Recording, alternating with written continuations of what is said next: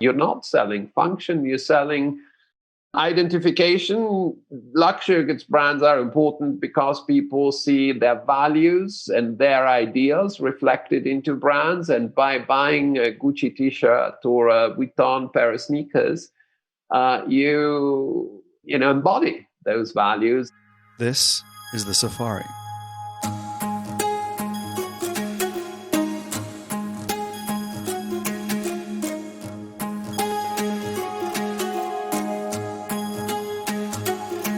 The Safari is a tour around the consumer, brand, and retailing industry. And we have the great privilege here at my company, Traub, to really be exposed to many of the great minds of the industry who are forming and shaping the future of many different parts of the consumer, brand, and retail world.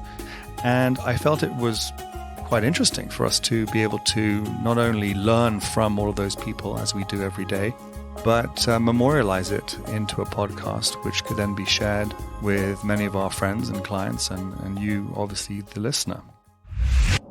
Welcome back to the Safari. This is Morty Singer speaking to you in January from New York City. And my next guest is, I believe, going to come to us somewhere in Europe. He's an international man of mystery, but he is quite a fascinating thinker. I would almost venture to say academic at times, but also a very serious analyst. I would also almost say one of the most famous analysts of luxury goods companies on this planet. As long as I've known him, which is, I don't know, pushing maybe 7 or 8 years now, Luca Solca has been the single most important and number one ranked analyst in the luxury goods market of all the publicly traded companies in that field. We have had many spirited debates on the future of luxury, of distribution, the consumer, markets, and much, much more, which I'm sure we'll dig into today. So without further ado, let's get started. Luca, thank you so much for joining me on the Safari. Where are you talking to me from? Thank you very much indeed, Marty, for inviting me. I'm in Geneva at my place. I've been here for the vast majority of the past year. In fact, COVID-19 has brought me to completely reorganize my lifestyle. I used to be on and off planes almost every day of the week, and I've been working from home and haven't taken a flight anywhere since March 2020. And are you being more productive, or as productive, or less productive? How do you feel it's treated you? It was a very interesting surprise to see how it can actually work as effectively remotely in comparison to being there in person. So very productive. And I've also discovered that working from home and being in front of a computer 12 hours a day is also significantly more tiring than traveling to the four corners of the world. So, lots of new learnings. But there's that. Of course, this is in the background and in the context of significantly more serious things. So we're very grateful to be in good health and to be in employment, and and think of those that I'm not. Yeah, well, amen to that. And speaking of what you do, you're obviously the head analyst at Bernstein, as we discussed in the opening. Could you explain to me how you came to focus on luxury goods, and maybe just give us a little bit of the 90-second background on your career trajectory and how you focused A, on luxury, and B, at Bernstein? It was a bit of a serendipitous affair because I started off my career in the very early 90s in consulting. I spent 12 years in consulting. I became a partner of the Boston Consulting Group. And at the height of the dot-com burst crisis, one of my most important clients at that time, whom I was trying to sell an assignment to, asked me to jump over and to be the right-hand man in that company, which was a publicly traded luxury goods conglomerate that needed to be restructured and refinanced. So I took the chance and spent 3 years in that position, restructured and refinanced the business. And in the process, I discovered that there was such thing as the sell side, because I was talking to analysts from the other side of the table. And when this project was over, Bernstein approached me, and I learned about this great company, and I thought that there was a good match between what I like and what Bernstein was standing for. And I've been on the sell side now for 15 years. Well, so what you are quite well known for, I believe, is trying to explain to a quite left brain group of people who are effectively investors, sometimes concepts that are quite ephemeral, such as brand temperature, as one that I think you coined with some friends of yours. And I've often found it quite refreshing to find someone in the financial field being able to take concepts that are quite hard to grasp and explaining them in a way that I feel have been quite unique. I don't believe that I've ever stumbled across a financial analyst who is able to eloquently explain what is the strange wizardry that is the luxury goods industry. And so maybe talk a little bit about your approach and how it is indeed quite difficult to explain some of these concepts to people, and how you go about coming up with your methodology. But, Morty, I think that at the bottom of all this is the fact that luxury goods is very data poor. So I see it as my task to create data and to build data that allows us to have informed analysis and make then reasonable predictions on what is to come in the future. So I've been working a lot to try and bring science to a very artsy kind of world, and try and explain the most important mechanisms through which value is created. This, you could argue, has been my task and my overarching vision over time. So I haven't been trying to just look at the annual reports and the financials. What I really tried to do is to build a bridge between the real world that I saw within companies operating in luxury goods, and then shareholder value creation. And so, as an example, in one of the inputs into your equations of brand temperature, what is counterintuitive, for example, is that over-distribution, which to a financial person may seem great, they have lots of distribution, that means that's good for business, it's more revenue, but how more revenue in the luxury industry can in fact be a detriment to your brand temperature. And there are other inputs too. I mean, could you maybe give a few examples of how this this little ghost that is brand, this spirit, this ephemera, is brought into focus maybe by some of your thinking? Well, let me first say that we are in a relatively paradoxical situation when it comes to luxury goods, because luxury goods brands, in a way, are selling the idea and the perception of exclusivity, but they're selling it by the million. So a lot of the work we carried out has focused on trying to understand how brands can get away with murder, how brands can, on the one hand, grow their business, and at the same time, maintain perceived exclusivity. We have identified 10 major levers. One of them, for example, is what I call price discipline. Price discipline means that if you are a brand and you never discount, and if you're selling all of your products directly through your own stores or through your own websites, over time, consumers will think that price equals value and will have a very high opinion of your brand, never mind what the gross margin in reality is. But by contrast, if you sell at $100 today and then discount to $30 tomorrow, people will think that your prices are overinflated and that you are actually taking them for a ride when they buy at full price. So one of the things we do is we measure the ratio of off-price stores to full-price stores. We ideally would not want to have any off-price store presence. We also scrape the internet now and look at the discounts. We look at all of the products offered by a brand, and we look at which percentage of those are sold at a discount, and we look at what is the magnitude of the discount. And this is what we now call the price discipline index. We publish it on a monthly basis. We have a partner, RE Analytics, that is helping us with the internet scraping activity. And this is an example of a data set that we create.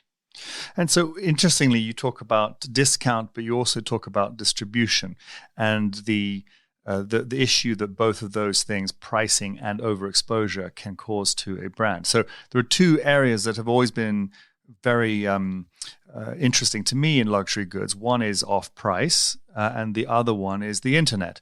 And for many years, let's call it the outlet channels, but also the internet channels, were considered a no-go for many of the luxury houses, indeed some of the largest in the world, and some of the biggest conglomerates therein. I think they have both changed their tune to both of those channels of distribution, the outlet world as well as the internet. If we start with the off-price channel, I know you have spent a lot of time with the Bicester Village shopping collection and Scott Malkin's team at Value Retail about, discounting is not always created equal. Right, there are graceful ways and brand accretive ways to do things, even in that channel. Maybe touch on sort of the manner in which one discounts as a way of framing that conversation. Totally. Indeed, Morty, if I look at what different brands do, there's many different ways that you can approach this issue. If you're selling apparel, it's almost inevitable that you will end up at the end of the season with some inventory on your hands. You're not going to be able to sell 100% of your products at full price. Now, if you take that end of season inventory and put it in an off-price channel in a very decent and good quality environment, like the value retail villages are, where there's good service, where there's the opportunity for consumers to meet with the brand and experience the brand firsthand, then I think that is acceptable. And what I mean by acceptable, I mean that it's not going to take away from consumers wanting to spend money at full price in your flagship stores, because, at the end of the day, that is what counts. These luxury goods companies have de facto become retailers. They operate from very expensive prime locations, and therefore they need to produce very good sales per square foot.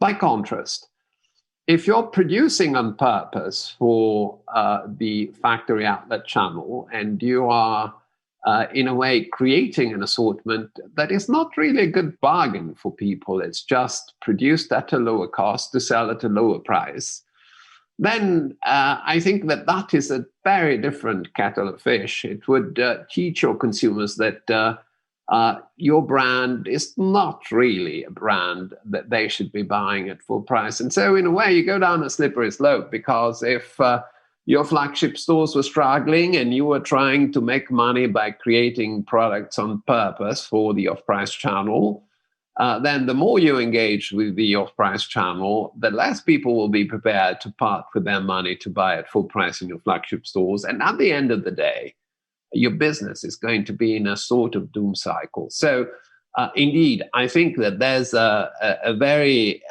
clear distinction to be drawn there. And I think that value retail has a principle of not accepting that brands produce on purpose for their stores, but rather use authentic and seasoned inventory. And I think that this is commendable. When it comes to digital, to continue with your question, indeed, I think that luxury goods brands were very reluctant for many years to engage with this channel.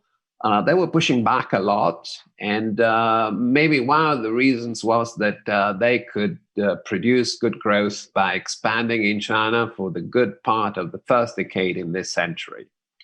But it became very obvious that first, if you want to intercept younger consumers, and especially younger consumers in China, you need to be all over the place when it comes to social media and KOLs, and that print media has a more limited audience today than it had 20 years ago. And second, that if you're clean when it comes to your physical distribution and you have good control of your physical distribution and of your pricing, then selling online is just going to increase the convenience for consumers to buy from your brand. It's not going to create price interference. That, I think, is the most important, which is instead the case if you're overexposed to wholesale. Today, we're seeing many brands announcing that they're cutting wholesale. What they're really saying is that they're cutting their gray market exposure, because gray market inventory was spilling over onto marketplaces, and it was interfering with the brand's efforts to try and sell at full price from their brand.com websites. So I think that there's a much better understanding of opportunities coming from digital, and how digital could potentially play along with physical infrastructure to enhance the brand position rather than weaken it. Speaking of purity of distribution and purity of brand, it's long been rumored, indeed I would say it's a fact, that some luxury brands burn end-of-season products in order to not have to discount. I also believe that the consumer today is so savvy and is so mindful of their consumption and those brands with whom they should give their custom, that the idea of a brand burning leather products is indeed something that some would deem to be disgraceful. And how, in fact, the supply chain and the transparency of that supply chain can actually become a marketing tool when heretofore it was always a back of house thing. It was never shown. But today, indeed, showing best practices, sustainable practices, indeed maybe using outlets versus burning as a graceful mechanism to maintain that product in the world. Do you see that as actually being a thing? The sustainability of example, the Kering Group. I note that Chanel just hired a head of sustainability last week. Maybe it's this week, actually. Tell me about that piece of it, the sort of sustainability of luxury goods, which on some level is quite hard given the consumption of leather, for example. Indeed, I think that both consumers and even more investors are concerned and are focused on issues relating to the environment, society, and governance. And one of the issues that you point to, the end of season inventory, is clearly important. There's so many other issues that have come to the fore when we look at, for example, equal opportunities to people within these companies, when we look at fair treatment of suppliers, when we look at animal cruelty. All of these elements are important, and you can have major social media problems if you're caught on the wrong side of the fence. So my sense is that companies have been very keen to show their qualifications. There's been a bit of a race in recent years to try and show their best side. We don't necessarily have to fall for that, especially our job and our responsibility to institutional investors is to try and compare oranges to oranges and apples to apples, because we've seen that, especially in the initial years, the heads of ESG and sustainability were typically PR, former PR executives. So there was an effort to show what companies were best at and putting on the side what they didn't necessarily want to be seen. There's a need for standards in this area. There's a need for something that resembles IFRS in financial reporting, and much of our recent work has been focused on proposing these standards. We have published reports to look at what you call the materiality matrix for ESG issues in the industry. And we've also come up with a way to measure performance in ESG that is comparable from one company to the other.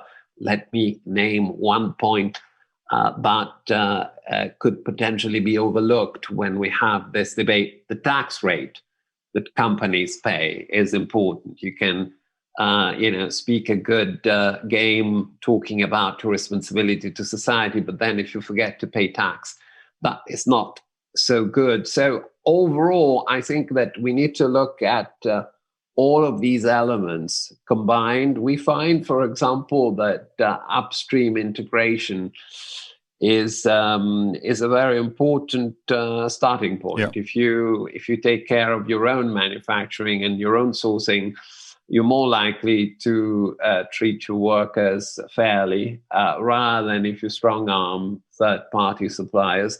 So we try and look at the fundamentals of these various issues and come up with what we can, because of course disclosure at the moment is not perfect, and there's more to be done on this front. And I'm sure that companies will operate, and we've seen and heard many of them commit to ESG very convincingly. We'll be right back. I want to take a second to explain to you why Traub is able to bring you the safari. We pride ourselves in being at the very center of a very global, very complicated consumer and retail landscape. And in our travels, as we help think, manage, and expand businesses in many different channels and geographies, we're able to meet and learn from some of the great minds in this industry, and it's really wonderful to be able to bring them to you. And in doing so, I hope that you, the listener, will be able to learn a little bit more about what we do at Traub as well. Back to the safari.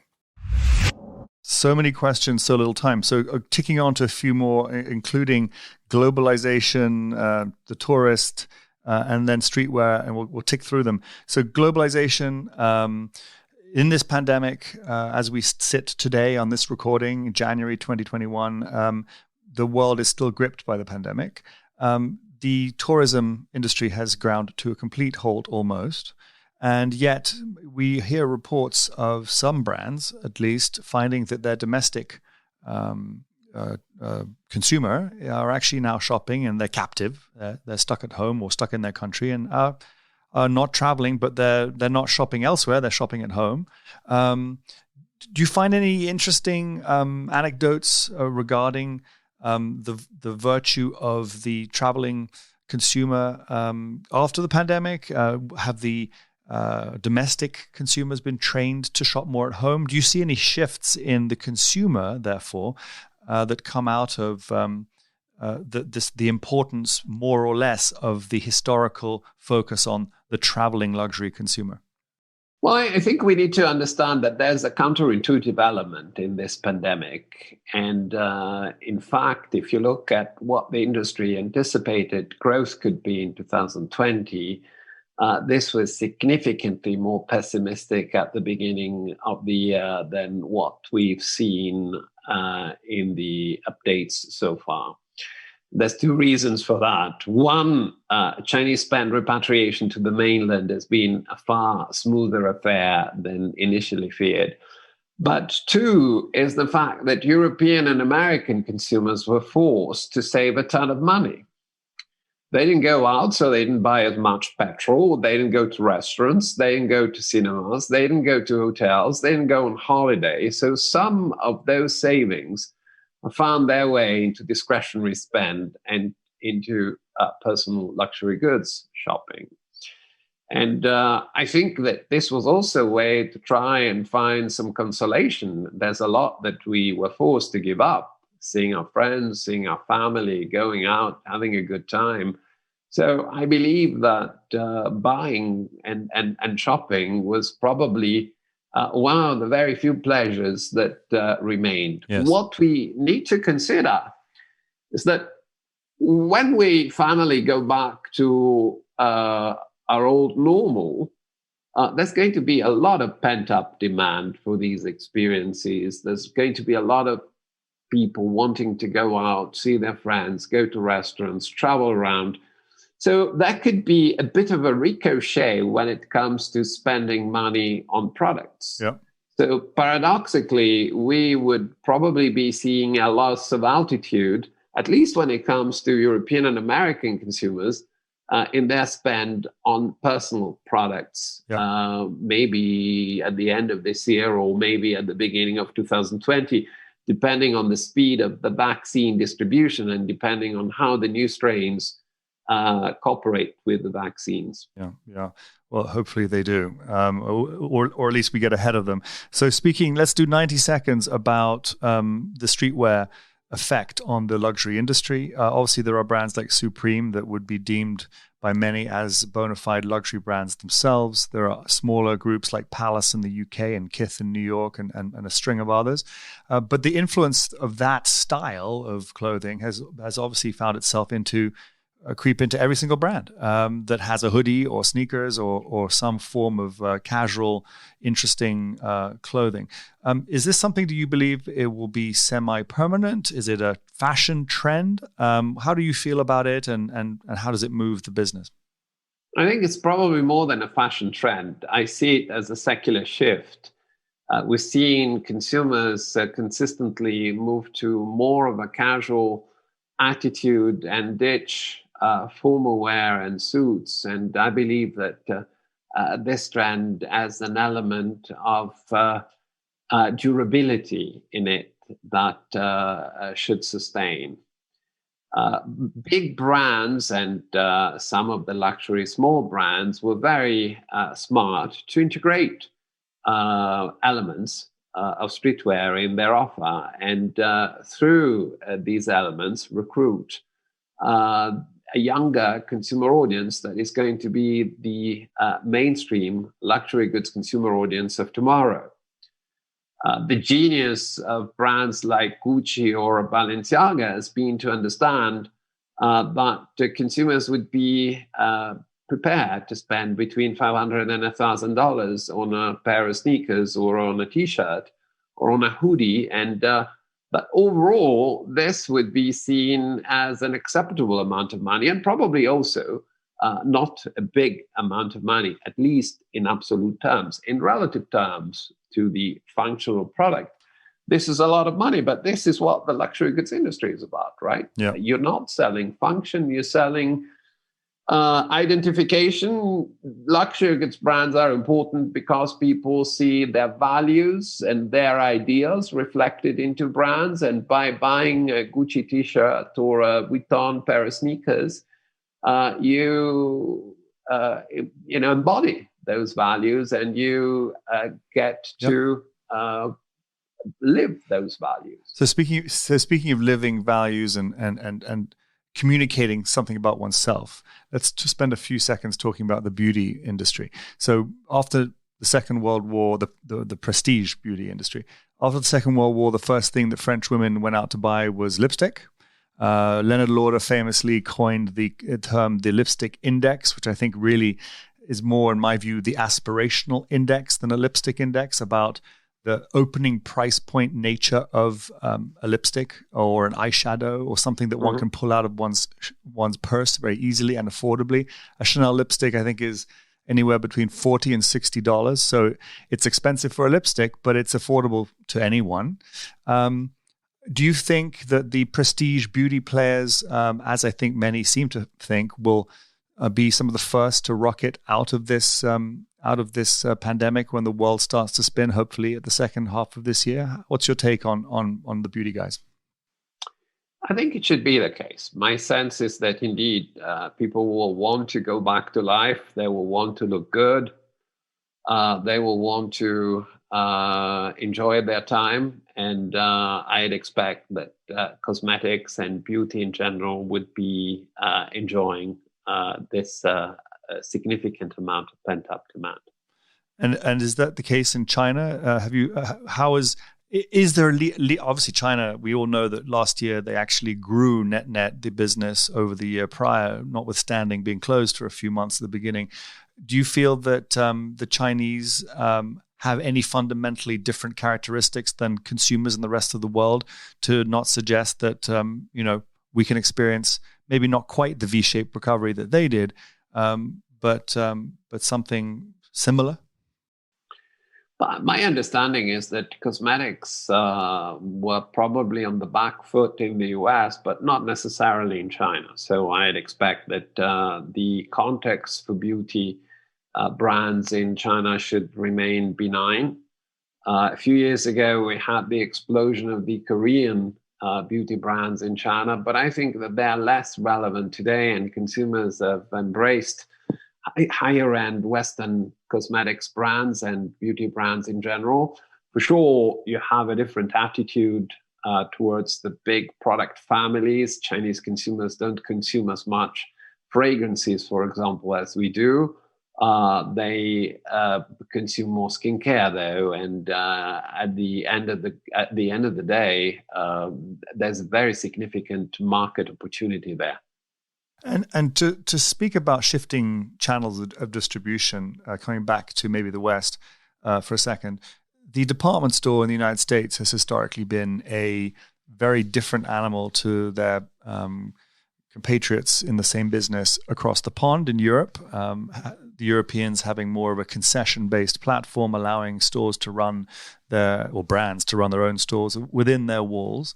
America has been much more of a wholesale platform, and I think has been quite difficult for those department stores to manage in an environment where the brands want to control their own destiny.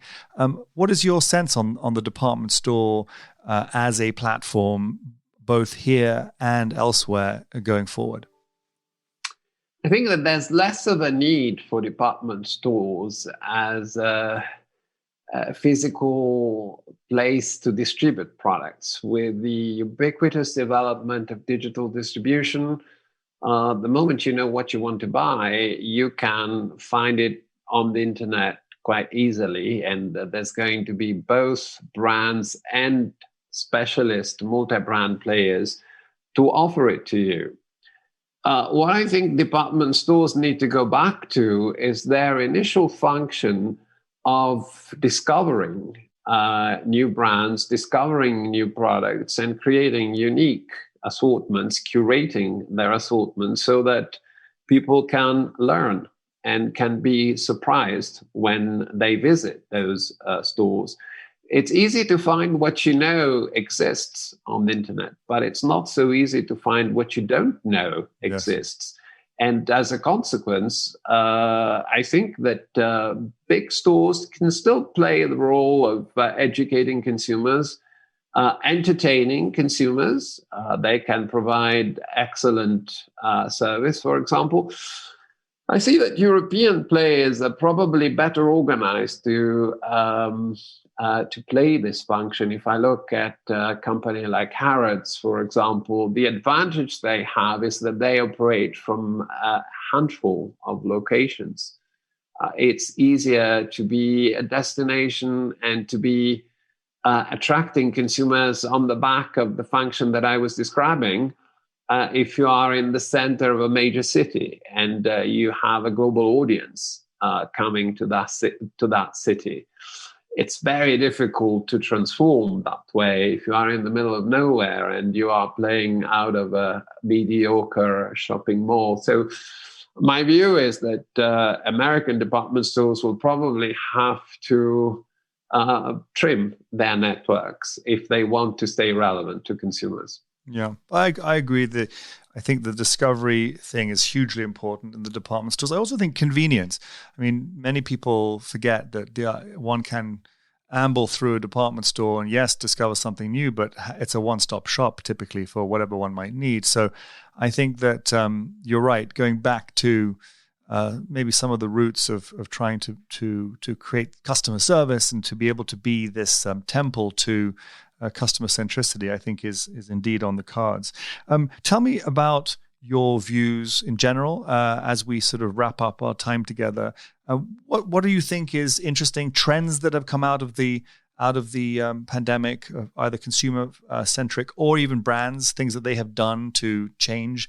I know Balenciaga put a show on a computer game, a video game, for example. There's been things that have happened, some of them more interesting than others. What do you think is interesting? What are the things that are sort of nagging at you a little bit for you to go and pull the string and follow the thread a little bit more?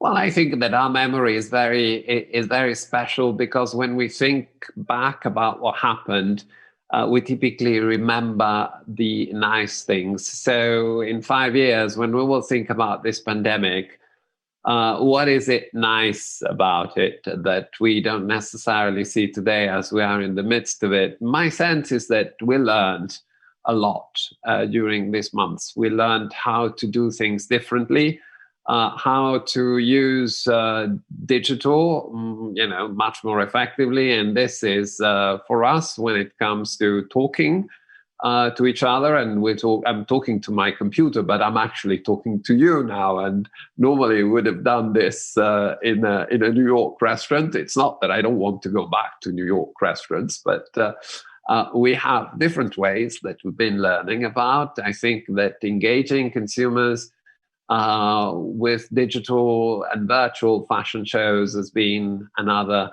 very interesting opportunity for brands to tackle a completely new front, on which, of course, there's going to be trial and errors. But I believe that this is good and will be relevant in the future, as well as the ability, for example, of bridging digital and physical distribution. I think that there was a time when people were thinking about these two as alternatives. With all the work that has been done by sales assistants on the phone or on WeChat to talk to consumers and to build a bridge between the brand and m-commerce or e-commerce, we see that there's a continuum. And I think that one of the most interesting insights from this period has been the very important role that customer service can play. So technology-enabled clienteling, maybe. Exactly. So as we leave each other, sir, thank you for doing this with me. Can we try and give us a little bit of light at the end of this podcast, a little bit of hope with your? And we will not hold you to it. But when do you think this world is going to start spinning again? Is it going to be in the second quarter, third quarter, next year? What are you thinking? I can speak with two voices. One is the luxury goods analyst, and I can tell you when it comes to the luxury goods sector and the luxury goods stocks, we are already in a very good place. The stocks have been very resilient and they've been doing very well. Now, when it comes to the individual and when it comes to our own prospects, I think it's going to very much depend on the speed of this vaccine distribution. We are prepared to see some light at the end of the tunnel in the second half of this year, and we hope in Switzerland to be having a vaccine maybe at the end of the second quarter if we're lucky, and more likely in the third quarter. So there's going to be a bit more patience required, but at the end of this, we will have our lives back again. And I very much look forward to coming to New York and seeing you in person when we do. Absolutely. Patience will be required, but we will welcome you with open arms. Luca Solca of Bernstein, thank you for coming on the safari with me. Thank you, Morty, for inviting me. Stay safe. Take care.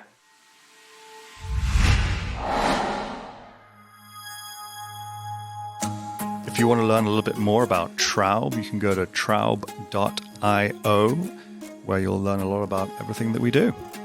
If you're enjoying the safari, please do share it with your friends and colleagues within the industry. And please also don't forget to subscribe and like it. Until next time.